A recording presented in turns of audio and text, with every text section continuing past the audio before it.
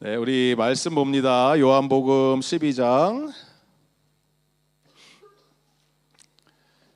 요한복음 12장 말씀 20절부터 50절까지의 말씀인데 좀 내용이 많아서 제가 20절부터 36절까지 읽겠습니다.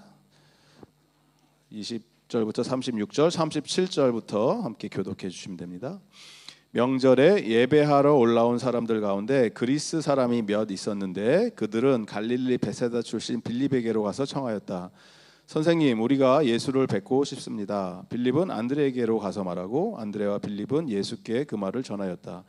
예수께서 그들에게 대답하셨다. 인자가 영광을 받을 때가 왔다. 내가 진정으로 너희에게 말한다. 밀알 하나가 땅에 떨어져서 죽지 않으면 한 알 그대로 있고 죽으면 열매를 많이 맺는다. 자기의 목숨을 사랑하는 사람은 잃을 것이요 이 세상에서 자기의 목숨을 미워하는 사람은 영생에 이르도록 그 목숨을 보존할 것이다. 나를 섬기려고 하는 사람은 누구든지 나를 따라오너라. 내가 있는 곳에는 나를 섬기는 사람도 나와 함께 있을 것이다. 누구든지 나를 섬기면 내 아버지께서 그를 높여주실 것이다. 지금 내 마음이 괴로우니 무슨 말을 하여야 할까? 아버지, 이 시간을 벗어나게 하여 주십시오 하고 말할까? 아니다. 나는 바로 이 일 때문에 이때에 왔다. 아버지, 아버지의 이름을 영광스럽게 드러내십시오. 그때 하늘에서 소리가 들려왔다. 내가 이미 영광되게 하였고 앞으로도 영광되게 하겠다. 거기서 서서 듣고 있던 무리 가운데서 덜어는 천둥이 울렸다고도 하고 또 덜어는 천사가 그에게 말하였다고도 하였다. 예수께서 대답하셨다. 이 소리가 난 것은 나를 위해서가 아니라 너희를 위해서이다. 지금은 이 세상이 심판을 받을 때이다. 이제는 이 세상의 통치자가 쫓겨날 것이다. 내가 땅에서 들려서 올려갈 때에 나는 모든 사람들을 내게로 이끌어 올 것이다. 이것은 예수께서 자기가 당하실 죽음이 어떠한 것인지를 암시하려고 하신 말씀이다. 그때 무리가 예수께 말하였다. 우리는 율법에서 그리스도는 영원히 살아계시다는 것을 배웠습니다. 그런데 어떻게 당신은 인자가 들려야 한다고 말씀하십니까? 인자가 누구입니까? 예수께서 그들에게 대답하셨다. 아직 얼마 동안은 빛이 너희 가운데 있을 것이다. 빛이 있는 동안에 걸어다녀라. 어둠이 너희를 이기지 못하게 하여라. 어둠 속을 다니는 사람은 자기가 어디로 가는지를 모른다. 빛이 있는 동안에 너희는 그 빛을 믿어서 빛의 자녀가 되어라. 이 말씀을 하신 뒤에 예수께서는 그들을 떠나서 몸을 숨기셨다. 37절 예수께서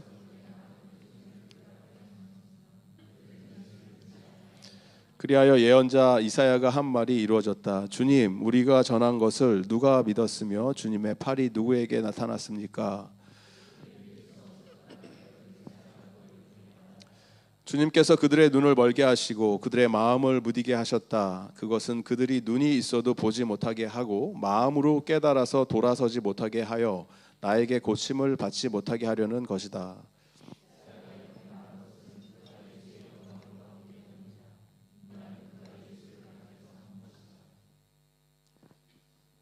지도자 가운데서 예수를 믿는 사람이 많이 생겼으나 그들은 바리새파 사람들 때문에 믿는다는 사실을 드러내지 못하였다.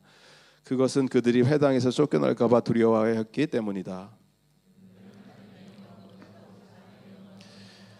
예수께서 큰 소리로 말씀하셨다. 나를 믿는 사람은 나를 믿는 것이 아니라 나를 보내신 분을 믿는 것이요. 나는 빛으로 세상에 왔다. 그것은 나를 믿는 사람은 아무도 어둠 속에 머물지 않도록 하려는 것이다.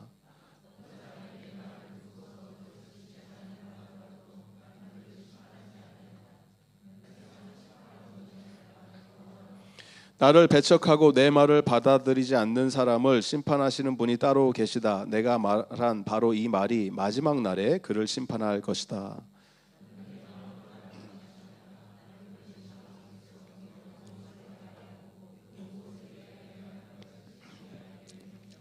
함께 읽습니다. 나는 그의 명령이 영생인 줄 안다. 그러므로 나는 무엇이든지 아버지께서 나에게 말씀하여 주실 대로 말할 뿐이다. 아멘. 잠시 기도 한번 합니다. 기도하겠습니다. 하나님 감사합니다. 오늘도 생명의 말씀을 우리에게 허락해 주심에 감사드리고 오늘 이 말씀이 우리 심령 가운데 새겨지게 하여 주시고 들리게 하여 주시고 오늘 말씀처럼 누군가는 똑같은 얘기를 들어도 마음이 닫혀 있고 귀가 열리지 않아서 이해하지도 못하고 믿지도 못하지만, 또 누군가는 영적인 눈이 환히 밝혀지고 마음이 열리고 귀가 열려서 생명의 말씀이 그 안에 흘러들어가 구원의 확신과 복음의 기쁨이 충만한 그런 자들 될 수 있도록, 그 누구도 예외 없이 이 자리에 모여 있는 모든 사람이 그 은혜를 누릴 수 있도록 하나님 함께하여 주시옵소서.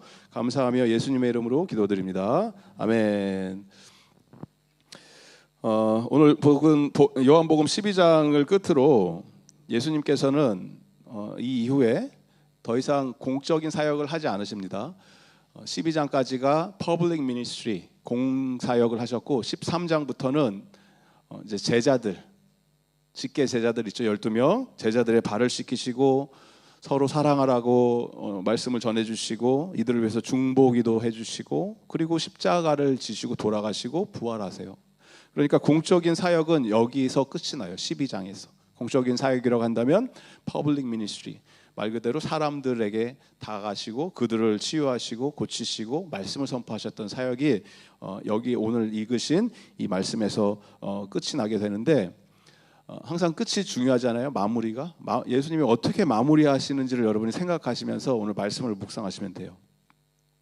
지금까지 몇 주 동안 쭉 살펴보셨던 흐름은 뭐냐면, 예수님께서 죽었던 나사로를 부활시키시고 사람들이 막 몰려오고 막 기뻐하고 잔치도 열고 했죠. 그리고 나서 예루살렘으로 들어오셨는데 사람들이 호산나 하나님의 아들 메시아 왔다 하면서 기뻐하는 그 가운데 바리새인들이 긴장을 했죠. 이제 다 틀렸다. 온 세상이 그를 따른다. 이러고 끝났거든요. 19절에서. 그리고 난 다음에 예수님께 누가 나옵니까? 오늘 읽으신 말씀 20절 보니까 명절에 예배하러 온 사람과 누가 있었다? 그리스 사람들이 왔다라는 거예요. 온 세상이 다 예수님을 따른다라고 했는데 말 그대로 온 세상인 그리스 사람이 대표로 이제 표현을 한 거죠. 그리스 사람이 온 거예요. 예수님을 보러. 그랬더니 예수님이 하시는 말씀이 이제 다 이루었다. 이제 드디어 때가 됐다가 아니고 뭘 말씀하시냐면, 이제 내가 영광을 받을 때가 됐다. 그 이야기는 죽을 때가 됐다, 이 얘기를 하시는 거예요. 십자가로 간다 나는 지금부터. 온 세상이 지금 예수님한테 몰려오는 거를 예수님이 이제 그래 다 한국에서도 오고 중국에서도 오고 미국에서도 오고 다 오면 좋겠다 이러면 좋으셨을 텐데, 그게 아니고 본인은 이제 죽으러 가시는 거고, 그 역할을 누구에게 맡기려고 그러시는 거예요? 제자들에게 맡기시잖아요. 나중에 너희들은 온 세상에 나가서 복음 전해라, 이걸 하시잖아요. 그 예수님이 이제 가시는 거예요. 아버지께. 그 말씀을 하시면서 오늘 여러 가지 말씀을 하셨지만, 우리 이제 귀에 좀 익숙한 표현들이 이런 거죠. 자기 목숨을 사랑하는 자들은 잃을 것이요 자기의 생명을 내놓는 자는 영생을 얻게 될 것이다. 이 비슷한 말씀을 이순신 장군님께서 하셨죠. 아세요? 이순신 장군, 반드시 살고자 하는 자는 죽을 것이요 죽고자 하는 자는 살 것이다. 뭐 필생즉사 필즉생사, 그래서 돌격 전진 앞으로 거북선 뭐 나가라 이렇게 하셨잖아요. 예수님이 먼저 하신 거예요. 예수님이 자기 목숨을 사랑하는 자는, 살고자 하는 자는 잃을 것이요 잃고자 하는 자는, 한 알의 밀알이 땅에 떨어져서 죽지 않으면은 열매를 맺지 못하지만 죽으면 많은 열매를 맺을 것이다. 그러면서 본인이 돌아가실 걸 얘기하시는 거예요. 나는 죽는다. 나를 섬기는 사람은 나를 따라오고 나를 섬기면 내 아버지께서, 하나님 아버지께서 그를 존귀히 귀하게 여기실 것이다. 이 말씀을 전해주시면서 이 말씀을 붙이십니다. 아직 빛이 있을 때에, 지금 본인이 빛이시니까, 내가 세상의 빛이다 이렇게 말씀하시니까, 아직 빛이 있을 때에 이 빛을 보고 우리 삶 속에 있는 모든 영적인 음지, 어두운 곳, 빛이 흘러가지 않는 그곳에 빛이 스며들게 하고 빛의 자녀로 살아라. 이 말씀을 선포하셨습니다. 빛의 자녀로 살아낼 수 있는 저 여러분 되기를 바랍니다. 우리 인생 가운데 내가 아직 오픈해드리지 않은 어두침침한 그런 영적인 방이 있을 수도 있어요. 이거는 주님 건들지 마세요. 이건 내 거예요. 제 영역입니다. 제가 알아서 합니다. 그런데 열으라는 거예요. 열어라. 다 환히 들어가게 해라. 영적으로도 내가 다운이 돼 있고 침체돼 있고 정신적으로도 뭐 우울증에 사로잡혀 있고 이런 거 다 하나님 앞에 나오라는 거예요. 빛이 비춰지게 해라. 지금 요새 우울증 이렇게 너무 많아갖고 사람들이 세상에 이런 거 원래 없었던 병이거든요. 예전에 뭐 있어도 이렇게 막 드러나지 않았던 많이. 그런데 이거를 그냥 너무나 많이 사람들이 당연시 여겨요. 이런 것들을. 근데 여러분 영적인 거예요. 이거는 싸우셔야 돼요. 빛 가운데 나오시라고요. 빛이 누구라고요? 예수님 앞에 나오시라고 초대를 해주시잖아요. 예수님이 나와라, 내 앞에 나와라.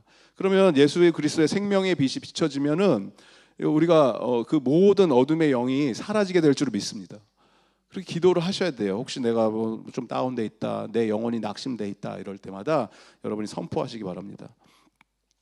이렇게 예수님께서는 퍼블릭 미니스트리 대중 사역을 마무리하시면서 사람들 그런 여전히 이 예수님을 믿지 않는 많은 사람들이 있었지만 또 그 중에서는 지도자들 가운데 예수를 안 믿는 척했던 사람들 중에서 믿고 있는 사람이 있었던 거죠. 바리새인 파들 중에서도 그 사람들은 이제 사람의 눈치를 보면서 아직 커밍아웃을 하지 못했지만 예수님을 믿는 거예요. 자기는 속으로. 그런데 내가 예수 믿는다 그러면은 자기의 그 친구들이 나를 뭐라 그럴까, 사람들이 나를 뭐라 그럴까 하면서 두려워하면서 이제 있었던 사람들이 많았다. 43절의 표현이 그렇죠. 그들은 하나님의 영광보다 사람의 영광을 더 사랑하였다. 예수님이 믿기어는 지는데 사람이 두려운 거예요. 혹시 그런 분은 여기 계십니까? 사람 눈치 보느라고 내가 하나님 믿긴 하는데 밥 먹을 때 사람들이 안 믿는 친구들이랑 밥 먹을 때 나는 식사기도 못한다. 밥 먹으러 친구들이랑 밥 먹으러 하는데 다 안 믿는 애들인데 나 혼자 기도해야 되잖아요. 그러면은 이제 눈치 봐야 되는 거잖아요. 그런 거. 그럴 때 여러분이 주도적으로 하시기 바랍니다. 다 같이 기도합시다. 친구들한테 하시라고요. 그러면 궁금해 막 욕하겠죠. 애들이 뭐 하는 짓이지 하면서. 하지만 그러면서 이게 빛이 들어가는 거예요. 아이들한테, 친구들한테. 저도 예수 믿기 전에 사귀었던 친구들이 다 뭐 술 마시고 술집에 가서 만나잖아요. 그러면 저 가요. 저도 거기에 술집에 가요. 소주 시키고 맥주 시키고 뭐 먹을 때 가요. 저도 그 자리에. 그러면은 애들이 이제 눈치 보죠. 목사니까. 김 목사님 기도 좀 해주세요. 이러죠. 그러면 기도해야죠 거기서. 그러면서 저는 이제 콜라 시켜서 마시고 하는 거죠. 그런 거예요. 그래서 이렇게 하시라고요. 그렇게 괜찮아요. 오히려 그런 걸 기다리고 있다. 세상은 빛과 복음과 진리와 생명의 갈급한 세대에 살고 있기 때문에 여러분이 담대하게 그런 거를 선포하시면서 살아내시기를 바랍니다. 예수님이 이제 마지막으로 오셔서 이거를 정리를 해주시는 거예요. 내가 퍼블릭 미니스트리 공사역을 끝마치면서 내가 온 목적과 이유와 그 결론은 이거다. 이 말씀을 49절 50절 우리 다시 한번 읽어보겠습니다. 시작. 나는 내 마음대로 말한 것이 아니다. 나를 보내신 아버지께서 내가 무엇을 말해야 하고 또 무엇을 이야기해야 하는가를 친히 나에게 명령해 주셨다. 나는 그의 명령이 영생인 줄 안다. 그러므로 나는 무엇이든지 아버지께서 나에게 말씀하여 주신 대로 말할 뿐이다. 예수님이 선명하게 말씀하십니다. 내가 이 땅에 온 이유는 아버지가 나를 보낸 거고 내가 보냄을 받은 이유는 아버지의 명령을 전달하기 위해서 왔는데 이 명령의 내용이 뭐예요? 명령이 영생인 줄 안다. 명령이 영생이라는 거예요. 말 그대로 영원한 생명이 명령이에요. 이걸 하기 위해서 내가 왔다라고 선포를 하셨습니다. 예수님은 여기서 보냄을 받은 자라는 이 표현이 이 요한복음에서 많이 나오거든요. 보내신 분, 보냄을 받은 자. 보냄을 받은 자는 의무가 있죠. 자기가 해야 되는 역할이 있는 거예요. 누군가 나를 보냈기 때문에. 이 보냄을 받은 자는 자신의 생각이나 자신의 뜻을 이야기할 수 없습니다. 보내신 분의 오리지널 메시지만 전달해야 돼요. 원래 그 말 그대로. 다른 거를 얘기하면 안 돼요. 제가 예전에 어렸을 때 6학년 때였던 걸로 기억해요. 초등학교 6학년 때 반장이었는데 학교에서 어느 날 학교가 끝나면 집에 가야 되는데 선생님이 와갖고 이제 뭐 차려 열중시간 차려 선생님께 격려 선생님 안녕히 계세요 뭐 이런 거 기억나세요? 그런 거 옛날에는 그렇게 했었는데 학교에서 그거를 해야 되는데 선생님이 안 오시는 거예요. 그러더니 누군가 사람을 시켜갖고 저를 교무실로 선생님 있는 데로 오라는 거죠. 그래서 무슨 일이지? 애들은 막 웅성웅성하고 막 떠들고 있고 저는 이제 교무실로 간 거죠. 선생님들 있는 방으로. 그랬더니 뭐 바쁘신 일이 있으셨던 거예요. 선생님이 급하게 막 지금 처리해야 되는 게. 그러니까 애들을 보내야 되는데 집에 못 보내니까 내가 너가 가서 애들 보내라 이러진 거예요. 반장이니까. 그러니까 이 기분이 되게 묘해진 거예요. 제가. 뭔가 너네들은 모르는 뭔가를 나는 알고 있다 이런 거. 교무실에서 교실까지 복도를 이제 걸어가면서 굉장히 짧은 시간이었지만 나에게는 나만 알고 있는 진실이 있고 그리고 나의 이 입술을 통해서 이 애들이 집에 갈 수도 있고 못 갈 수도 있다. 내가 갖고 있는 이 기쁜 소식, 뭐 복음의 소식을 아이들한테 전해줘야 되는데 조금만 기다려라 얘들아 하면서 이제 가는 거잖아요. 그래서 아이들 앞에 가갖고 얘기를 해야 되잖아요. 근데 여기서 제가 뭐 장난기가 발동해갖고 오늘은 우리 집에 못 간다. 청소하지 않으면 숙제 다 하지 못하면 집에 못 간다더라. 뭐 이렇게 바꾼다던가 메시지 내용을. 그럴 수가 없잖아요. 그러면 보내신 분의 그 의도를 잘못 곡해하고 잘못 전달하는 거잖아요. 보냄을 받은 자가 할 수 있는 유일한 것은 뭡니까? 메시지가 있는 그대로 전달되는 역할까지만 하면 돼요. 선생님이 너네들 집에 가래. 이게 끝이에요. 더도 말고 덜도 말고. 그러니까 메시지가 그냥 훼손되지 않고 더하거나 빼지지 않고 전달되는 거죠. 있는 그대로. 설교자도 똑같아요. 설교자도 매주 이곳에 쓰지만 하나님 말씀만 전해야 되는 거예요. 제가 여기서 여러분 요새 주식 투자는 어느 뭐 삼성 S전자를 사셔야 이런 얘기 하면 안 되잖아요. 그러니까 있는 그대로 하나님의 말씀이 선포되는 것에 집중을 해야 되는 게 메신저의 역할이고 예수님이 지금 그 말씀을 하시는 거예요. 나는 아버지의 부르심을 받아서 이 땅에 온 메신저인데 그냥 보통 메신저가 아니시죠. 예수님은. 왜냐하면 예수님 자체가 뭐다? 메시지도 되시는 분이에요. 메신저이시지만 내가 그 메신저의 내용이 뭐예요? 자기 자신인 거예요. 메시지다. 내가 메시지다. 어떠한 메시지를 선포하십니까? 이것이 하나님의 명령인데 이 명령이 바로 영생이다. 놀라운 선포를 하신 거예요 지금. 여기서 말씀했던 이 표현이 나는 그의 명령이 이 말씀을 하셨죠. His commandment. His commandment라고 하는 이 단어를 원어에서 쓸 때는 주로 율법을 얘기할 때 말을 해요. 율법, 하나님의 계명, 율법, commandment, 율법. 그러니까 구약에 있는 말씀들이죠. 이 율법은 오늘 우리가 그 시티 뭐죠? 그 캐르키즘 할 때 소유리 문답할 때 계명이 나왔죠. 10계명, 6계명, 7계명, 8계명까지 했는데 말 그대로 하나님이 인간을 향해서 갖고 계시는 하나님 아버지의 마음이 담겨 있는 것이 율법이죠. 이렇게 살아야지 인간이 인간답게 살 수 있다. 이게 율법이거든요.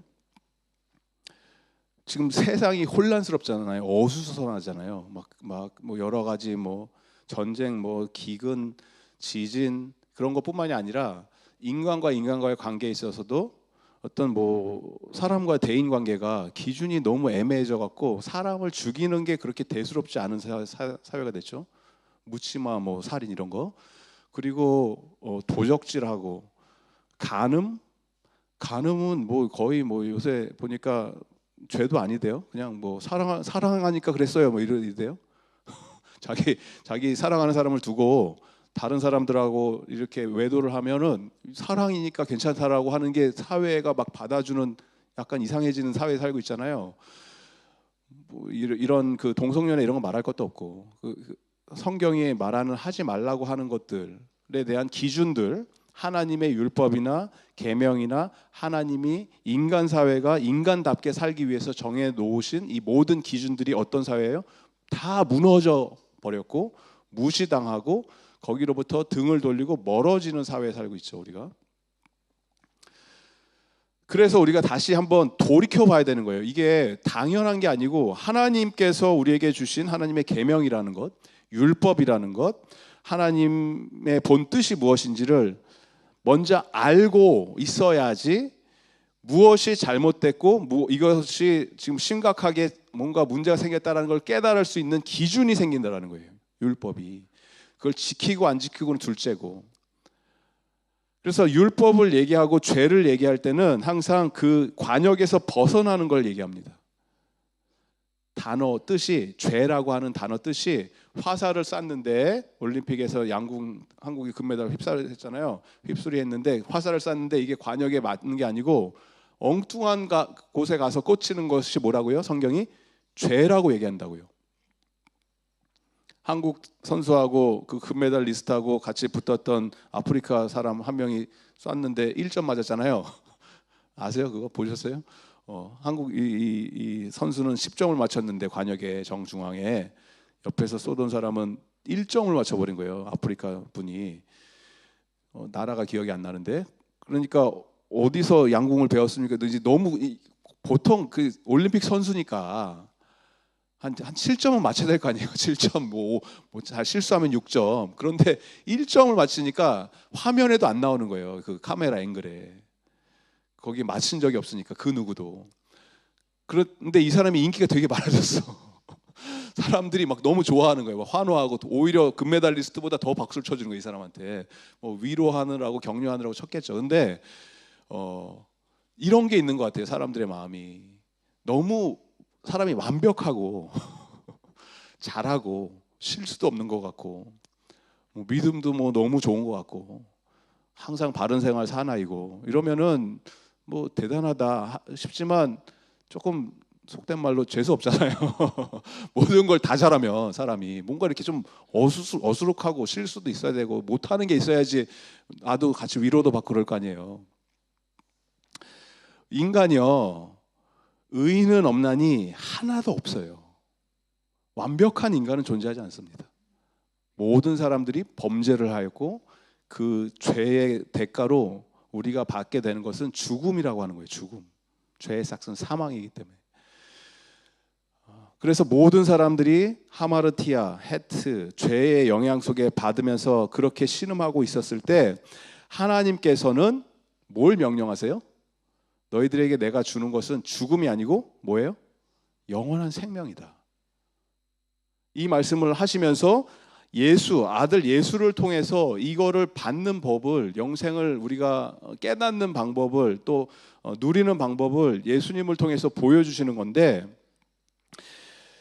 예수님을 떠나서 내가 나의 길을 가는 게 관역 치위가 정중앙에 맞는 게 아니고 엉뚱한 데 가서 가는 그 길이 시작되는 겁니다. 그래서 예수의 길을 하나님이 나를 향해서 준비해 주셨던 예수님을 따르는 길을 떠나서 I'm gonna do my own things. I'm gonna go my way. My way 많이 부르시잖아요. 노래방 가서 어르신들. 그거는 비성경적인 노래입니다. My way가 아니에요. Jesus way를 가셔야죠. 예수님이 우리를 위해서 이렇게 예비해 두신 길을 가지 않으면 우리는 인생의 디투어가 시작이 돼요. 가다가 공사하면 여기 막아놨으니까 삥 돌아가서 이런 거 있잖아요. 그러면 그때부터 막 짜증이 나죠. 시간도 낭비되고 돈도 낭비가 되고. 예전에 제가 시드니에서는 집에 가는 길에 고속도로 타는데 이 고속도로가 아닌 샛길로 가야 되는데 샛길을 막아놓으니까 고속도로로 가라고 돼 있는 거예요. 디투어가. 근데 고속도로 들어가면은 집에 반대로 가야 되는 거거든요. 반대 방향으로. 이쪽인데 이쪽으로 가게 돼 있는 거거든요. 그리고 돈도 내야 되고 더 오래 걸리고 화가 너무 많이 나더라고요. 길을 왜 이렇게 놨냐. 근데 우리가 인생을 그렇게 산다고요. 하나님이 우리를 향해서 만들어 놓으신 하나님의 완벽한 계획과 뜻과 그 길이 있는데 나는 내가 마이 웨이를 가겠다고 이게 맞는 거라고 굳이 그거를 우겨서 돌고 돌고 삥삥 돌아서 하나님한테 맞고 두들겨 맞고 다리 몽둥이 하나 부러지고 나서 천부여 의지할 것 없어서 주님한테 나옵니다. 이러고 오잖아요. 그러면서 막 은혜 받았다 그러고. 근데 그게 오리지널 계획이 아니라고요. 하나님이 기뻐하시는 계획이. 은혜가 아니고 그거는 은혜죠. 하나님의 은혜로 살려주신 거죠. 그런데 주님이 기뻐하시는 것은 너무 돌지 말고 지금 나랑 같이 나한테 빨리 와라. 그 길이 유일한 길이 뭐라고요? 예수님과의 관계라는 거예요. 주님과의 관계. 주님과의 관계가 요즘 어떠십니까? 그냥 교회 오니까 나 예수님 안다, 성경 많이 읽었으니까 예수님 안다, 이런 거 말고 예수님과의 친밀도가 어떠시냐는 거예요. 예수님을 얼마나 여러분이 사랑하고 계세요. 예수님을 내가 매일이 아니야, 뭐예요? 매 순간 예수님을 내가 의식하고 계세요. 예수님과 함께 초를 내가 생각하면서 동행하고 계십니까? 그걸 원하세요, 예수님은. 그게 예수님이 원하시는 관계예요. 지금 내가 하나님과의 이 올바른 관계 속에서 구원의 확신과 기쁨과 이 축복을 누리지 못하면요, 죄송한 얘기지만 여러분이 죽어서 가는 천국도 그다지 기쁜 장소가 아니게 돼요. 내가 여기서 지금 예수님과의 관계가 친밀함과 기쁨과 행복함과 예수님 생각하면 너무너무 행복한 이 감정이 지금 없다면 여러분이 죽어서 천국 간다면서요, 예수 믿었으니까. 근데 거기가 별로 그렇게 안 기쁠 거라고요.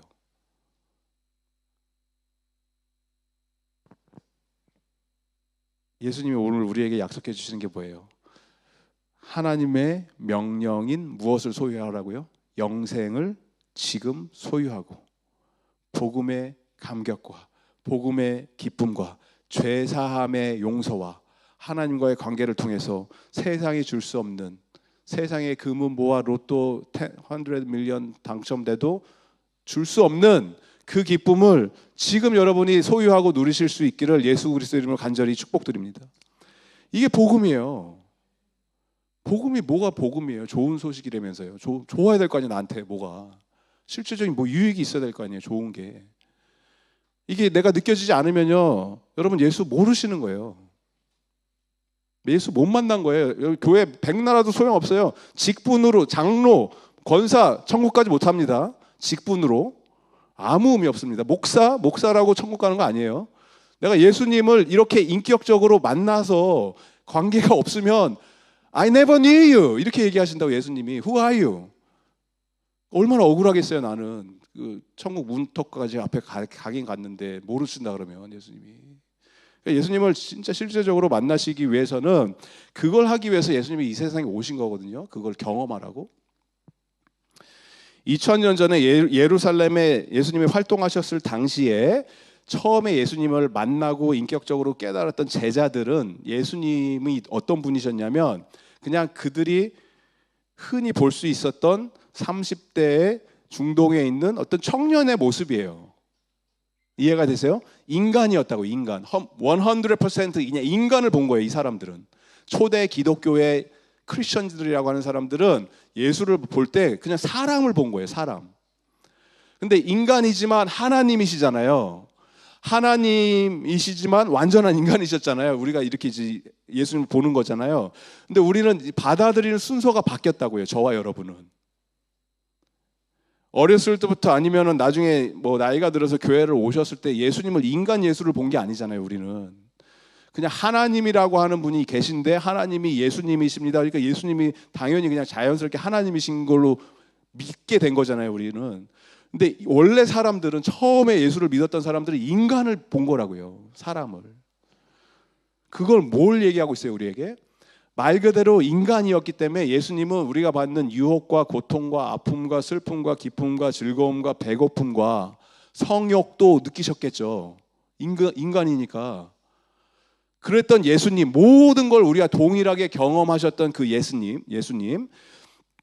그럼 예수님이 이 땅에 오신 이유가 뭐냐라고 했을 때는 하나님이 인간의 감정을 느낄 수가 없으니까 그래 나도 인간 세계 좀 체험 좀 해보자. 그래서 이렇게 온 거야. 이게 예수님이 아니고 그렇게 해서 오는 신들이 있긴 있어요. 그건 뭐냐면 그리스 신화에 나오는 여러 신들이 인간 세상을 잘 모르니까 좀 인간 체험 좀 하자 하면서 오는 게 그리스 신화고, 예수님은 하나님이 그걸 모르시겠어요. 우리를 만드신 하나님이 다 알고 계시죠. 그런데 그럼에도 불구하고 굳이 들어오셔서 인간이 느끼는 감정과 아픔과 모든 것을 경험하신 이유는 우리가 인간이 사람들이 하나님의 세계를, 신의 세계를 영적인 세계를 모르기 때문에, 우리가 모르기 때문에, 인간들이, 우리가, 저와 여러분이 이거를 경험하라고 하나님이 이런 분이라는 것을 깨닫게 하기 위해서 예수님이 오셨다라는 거예요. 그거를 보라고, 하나님이 이런 분이라는 것을 깨달으시라고.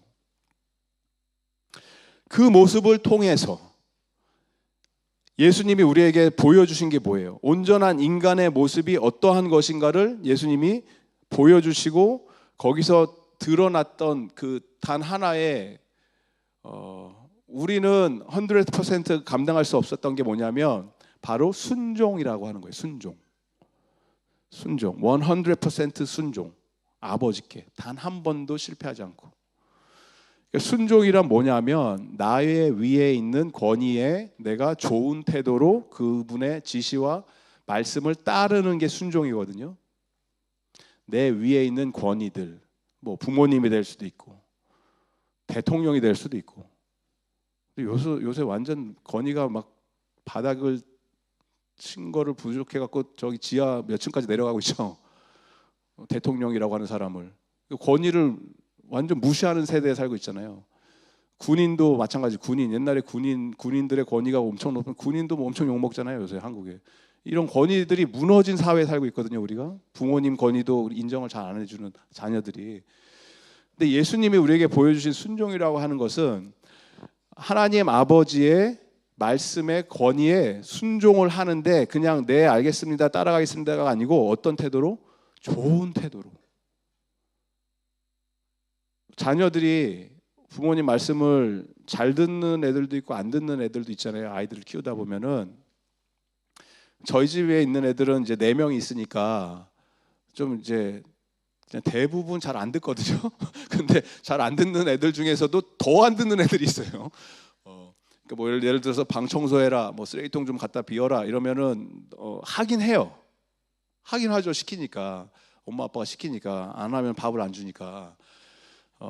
먹고 살려면 하긴 하는데 막 투덜투덜 되죠. 이거 뭐 내가 해야 되냐, 왜 형은 안 시키냐, 뭐 이렇게 되는 거죠. 그거는 순종이 아니에요. 순종 뭐라고요? 좋은 태도로. 하진아 방 청소 좀 해라.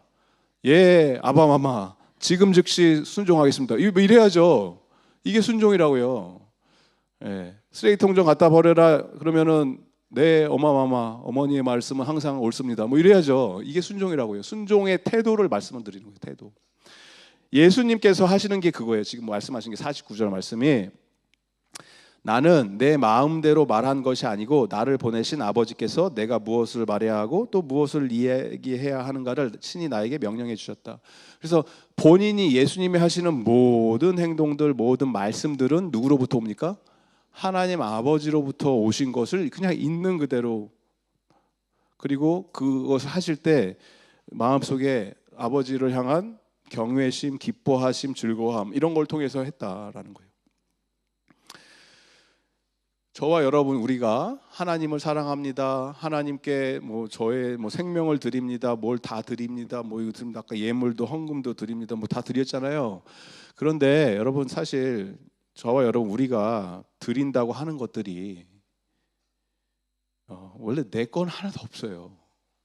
원래부터 내 거였습니다 이런 게 없다고요. 다 하나님이 주신 선물이잖아요. 내 생명도 하나님이 주셔서 받은 선물이잖아요. 내가 뭐 나는 태어나고 싶다 이래서 태어난 사람도 있어요. 하나님이 생명을 주신 거잖아요. 입고 있는 옷도 마찬가지고, 타고 다니는 차도 마찬가지고, 집도 마찬가지고, 돈도 마찬가지고, 자녀도 마찬가지죠. 자녀도 내가 낳고 싶다고 낳은 게 아니잖아요. 하나님이 생명을 주셔서 태어난 아들이잖아요. 다 하나님 거라고요. 다 뭐 11조 10분의 1은 하나님 거고 10분의 9는 뭐 내 거예요. 이게 아니라고요. 다 하나님 거라고요. 다, 모든 게. 호흡조차 하나도, 내가 숨 한 번 쉬고 숨 내쉬는 호흡도 하나님 거예요. 머리카락 하나도 하나님, 모든 게 하나님 거예요. 다 하나님 거. 그런데 단 하나, 하나님이 건드리지 않는 하나가 있어요. 그게 뭔지 아세요? 여러분의 마음이에요. 마음. 하나님이 마음을 조정하지 않는다고요. 마음을 이렇게 해라 저렇게 해라 프로그램 하지 않았다고요. 그렇게 하면 우리는 로봇가 되죠. 우리가 하나님을 향해서 가지고 있는 마음, 내가 하나님께 뭔가를 드린다고 했을 때 실제적으로 내가 드릴 수 있는 유일한 것이 내 마음이에요. 그건 손대지 않으세요. 왜냐하면 그게 사랑이기 때문에. 사랑하기 때문에 강압적으로 하시는 게 아니에요. 기다려주시는 거고 진실된 동기로 하기를 원하시는 거고 그 마음이 가는 대로 하기를 원하신다. 그리고 주님은 그 마음도 원하고 계세요. 그 마음 나에게 주지 않을래? 그리고 기다리고 계시는 거죠. 이 마음과 연결되는 게 바로 순종이에요. 순종이라는 개념이 내가 기쁜 마음으로 옳은 태도로 하나님 말씀을 따르겠습니다. 그 하나님의 계명과 명령에 순종하실 수 있는 저와 여러분 되기를 바랍니다. 순종의 결과, 명령을 따랐을 때 결과가 뭐냐? 50절 다시 보여주시겠어요? 그게 뭐예요? 나는 그의 명령이 뭐라고요? 영생인 줄 안다. 예수님께서 당신의 공적인 사역을 마무리하시면서 이 선포하신 말씀의 깊이와 내용을 깨달으시기 바랍니다. 이렇게 마침표를 찍으시는 거거든요. 내가 이 세상에 와서 이거 하러 왔다. 그리고 도장을 꽝 찍으시면서 보여주신 게 이제 이 얘기를 하시는 거예요. 내가 원하는 것은 이 대중들에게, 사람들에게 원하는 것은 뭐 이거 해라 저거 해라 뭐 하지 말아라 이런 게 아니고 좀 살아주지 않겠니? 살아라. 인생을 살아라. 이게 명령이라고요. 영원히 살아라. 죽음이 너의 발목을 붙잡지 못하게 해라. 내가 주는 것은 영원한 생명이기 때문에.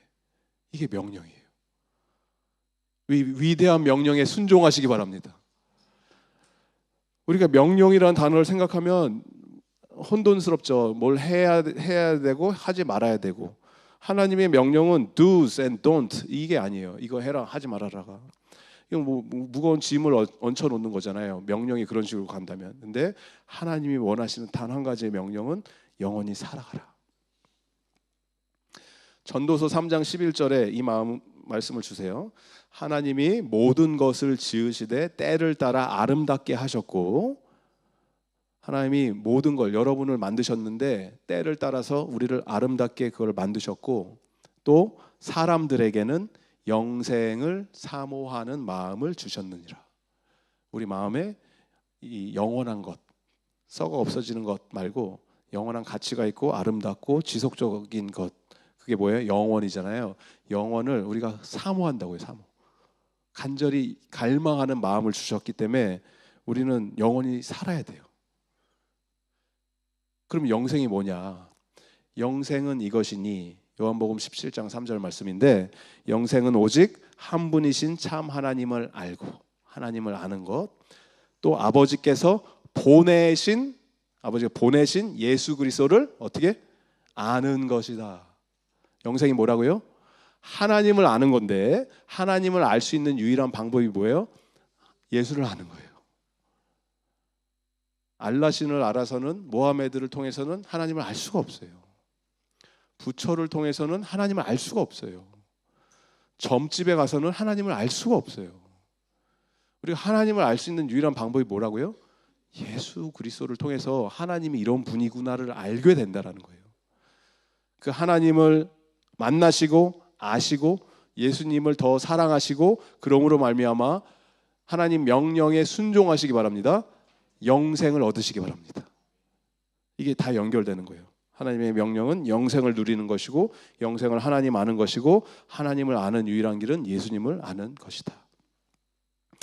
아직 이 자리에 내가 예수님을 인격적으로 만나지 못한 것 같습니다, 이런 분들이 계시면 여러분 갈망하시기 바래요.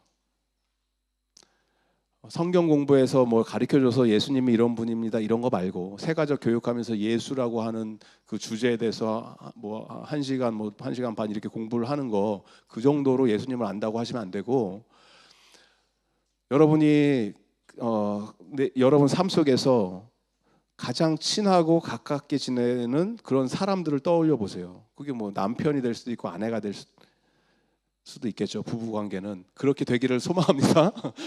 내가 가깝게 지내는 사람이 내 남편이 되고 아내가 되기를 소망합니다. 그런 사람이나 아니면 친한 친구들, 친구들 그런 가깝게 지내는 사람들. 그러면 이 사람들을 알려면 어떻게 해야 돼요? 알려면 뭐 1년에 한 번씩 전화 통화하면은 가깝게 지내는 사이예요? 아니잖아요. 가깝게 지내면 뭐 해요? 다른 거 없잖아요. 그냥 같이 시간을 보내야죠.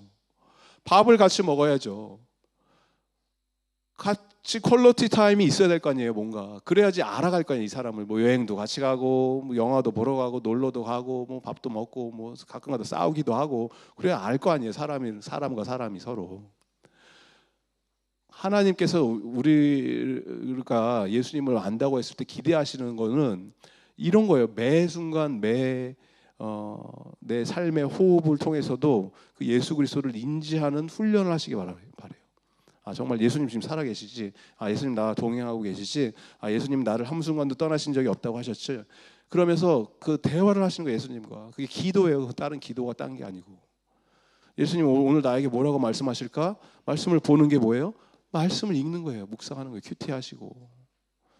그래야지 안다고요, 예수님을. 뭐 어떤 신비적인 체험을 해갖고 뭐 꿈을 꿨는데 뭐 예수님이 나타났습니다 이런 거 말고, 그거는 무당들이 그런 거 하는 거고, 우리에게 다 보여주셨잖아요. 은혜의 수단과 방편들을. 그래서 말씀을 통해서 또 성례를 통해서 성찬식 이런 걸 통해서 우리 예수님을 더 깊이 만나갑니다. 알아갑니다. 오늘도 너와 함께 하시는 그 예수 그리스도를 우리가 더 닮아가고 사랑하고 영생의 기쁨을 누릴 수 있는 우리 모두가 되기를 주님의 이름으로 축복드립니다. 우리 다 함께